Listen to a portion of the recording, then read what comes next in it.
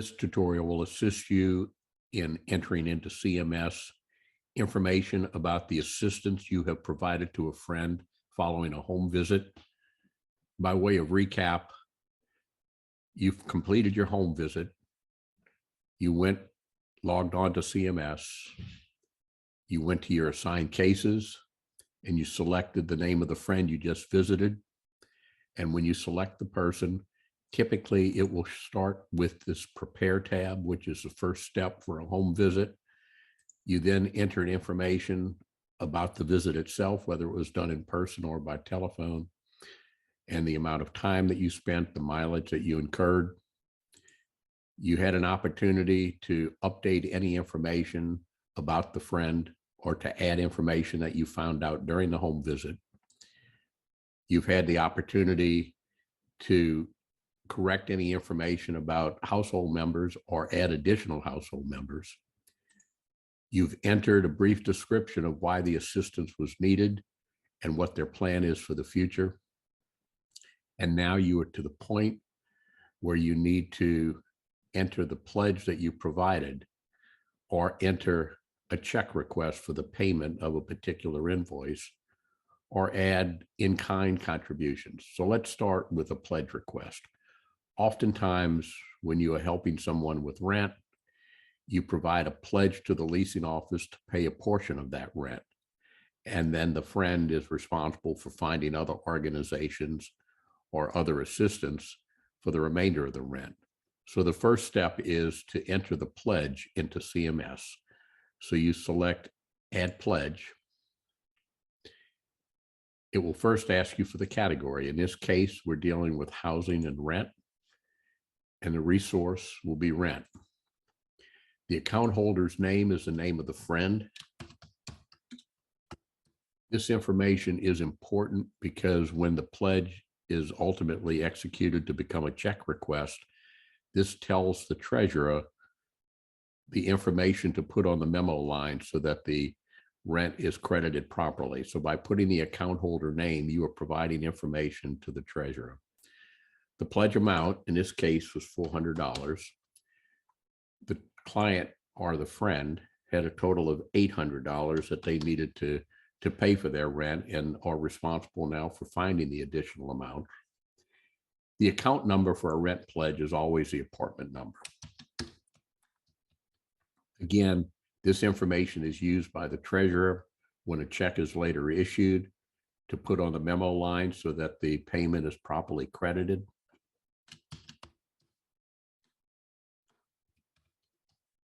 They ask you to rekey the account number just to make sure that you've entered it accurately. The other box is an opportunity for you to provide any information you would like to the treasurer.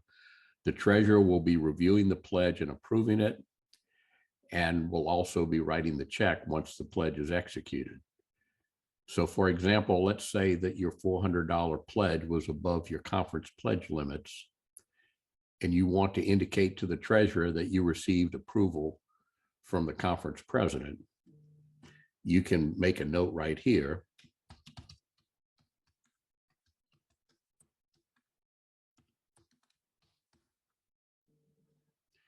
Once you've completed all the information, select Next.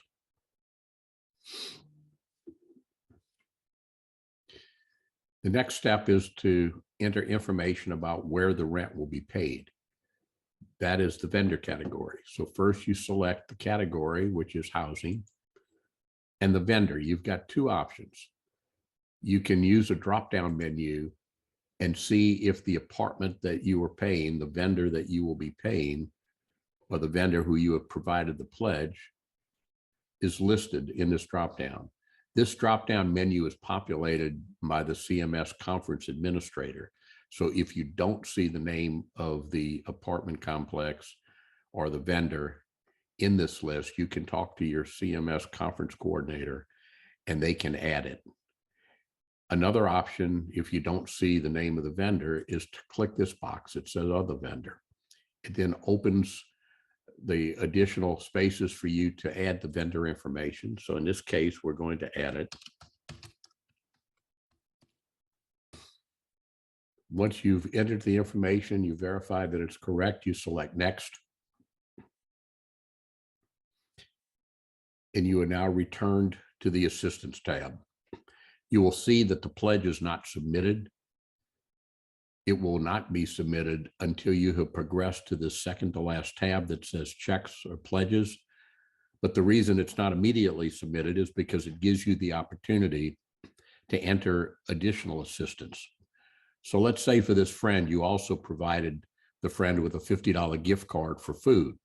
It was a gift card that was purchased previously by the conference and used to help with emergency food. So go to the tab that says add gift card or voucher. The resource in this particular case will be gift card food. You put the value of the gift card that you provided. You can put any other information in here that you would like. You're not required to. Select next.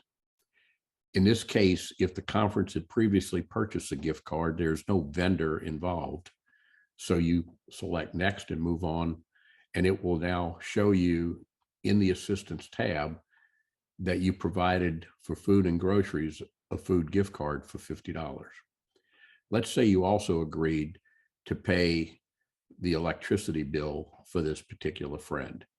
And instead of providing a pledge to the utility company, you are going to make a payment to the company. So in that particular case, you would add a check request. So you select add check request. The category in this particular case, you got to scroll down. You'll see at the very bottom says utilities. The resource will be the electric bill. The account holder's name is the name that appears on the utility bill. And typically you have received from the friend a scan or a photograph of the utility bill. So you put that information as the account holder name. Again, this information will be used by the treasurer when he or she is issuing the check to be able to put on the memo line so that the check gets credited properly. You put the exact amount of the utility bill. The account number in this case is the account number that appears on the utility bill itself. So you enter that. Again, you rekey it so that we can make sure that it's accurate. For other, again, you can leave instructions for the treasurer. And in this case, you may want to leave instructions, please mail to the utility company.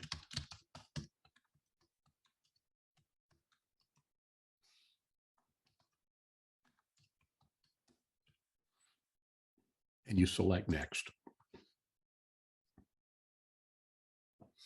The vendor category, again, we're paying utilities. You can go to the dropdown to see if the utility company that you are paying is included in the dropdown. And in this particular case, you'll see that the utility company has already been added. So you select that utility company and then select next. You are now required to check for accuracy all the information that's been entered. So you check the name of the friend, the amount that will be paid, the account number, any instructions. And if everything is correct, you select this box next to the red asterisk that says the payment information matches the information on the client bill. The same thing for vendor. If you recall, you did a drop down, but now you see all of the information that has been automatically added. So if that is correct, you select this and then select the complete button. You now see in your assistance tab that there are 3 types of assistance. There's a pledge that has not been submitted. There's a gift card that has already been provided, and a check request that has not been submitted. At this point, you select next. It will give you the opportunity to add any attachments to the file. For example, if you have a copy of the utility bill, you could go to upload. You could choose a file from your computer where you downloaded the utility bill and give it a name and provide any comments. And at that point, select upload. You don't have to have a document attached, but it's very helpful during audits. In this particular case, we'll select next. And now you will get to the second to last tab that says checks or pledges. And you will see now that your pledge has been submitted and your check request has been submitted. When the treasurer logs on, the treasurer will see both of these are submitted. The treasurer will review them for accuracy and will approve them. Once a pledge is approved, you will be waiting for the friend to call back to let you know that they have received the remainder of the rent and it's time for you to execute the pledge. And we will do a separate tutorial on how to execute a pledge to turn it into a check request. The check request will be used by the treasurer to actually issue a check. I hope this tutorial has been helpful to you.